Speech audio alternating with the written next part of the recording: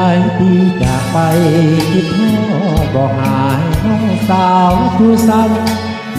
คิดทอดสาวพ้นคำสาวโพใสเสมอขาวผ่อง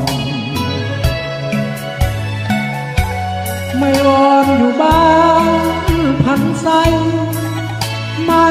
ติดบันหน้าทุ่งจอหน้าทองสาวงามแก้มบอกยังสุขสมปองทุกคนบนาคิดทอดแก้วตาจึงถามข่าวมาก็เหมือนทะเลอยากขอมานั่งแย่สาวสีแพงไม่ทองน้องลาใส่เดสาวบ้านมีสุขอย่าให้อายทุกซอกนาเวียงนัดกันเพื่อหน้าจะมาเยี่ยมยามแวะกินข้าวงานบ้านนาลิวอยู่ทรงเรียบฝั่งน้ำซ้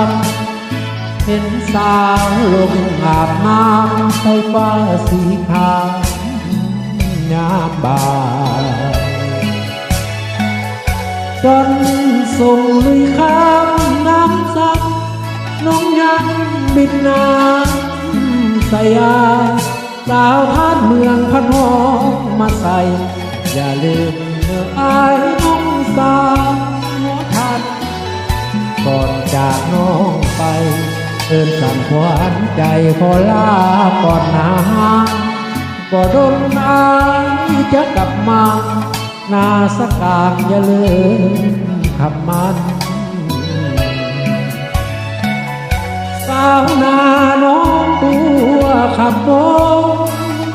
น้องขับส่งอายคืนนั้นถึงแม่หลายปีพ้นผ่านกับเมียงน้องนั้นยังบ่ลืม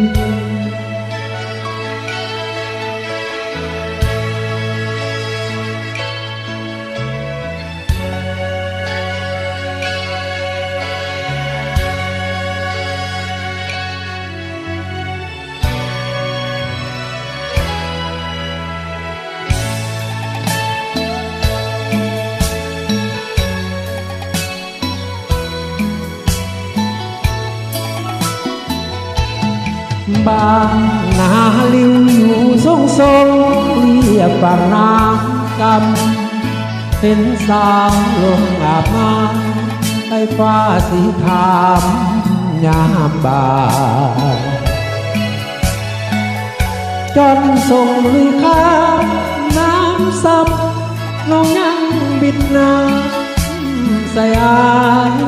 สาวฮัดเมืองพันหอมมาใส่อย่าลืมเนื้ออายน้องสาวหัวพันก่อนจากน้องไปเอิ้นสั่งขวัญใจขอลาก่อนนะบ่โดนอายจะกลับมานาสกางอย่าลืมคำมันสาวนาน้องบัวขับโบน้องขับส่งอายคืนนั้นถึงแม่ลาที่พ้นผ่านเมียงน้องนั้นอายยังบ่ลืม